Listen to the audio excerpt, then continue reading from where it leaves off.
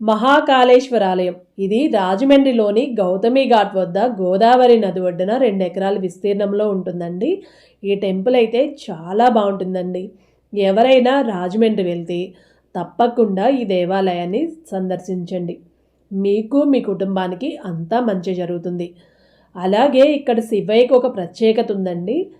ఇక్కడ ప్రతిరోజు స్వామివారికి భస్మహారతి నిర్వహిస్తారు. భస్మహారతి అంటే చితాభస్మంతో స్వామివారికి అభిషేకం చేస్తారనమాట. చితాభస్మం అంటే అందరికీ తెలుసు కదండి, చితి నుంచి తీసిన బూడిద. దాంతో స్వామివారికి అభిషేకం చేస్తారు. సేమ్ ఇలాగే ఉజ్జయినిలో కూడా మహాకాళేశ్వర ఆలయం ఉంటుందండి. అక్కడ కూడా స్వామివారికి చితాభస్మంతో అభిషేకం చేస్తారు. ఆ ఆలయ స్ఫూర్తితోనే మన రాజమండ్రిలో కూడా మహాకాళేశ్వర ఆలయాన్ని నిర్మించారు. అందుకే ఈ గుడిని అందరూ రెండో ఉజ్జయిని అని కూడా పిలుస్తారండి.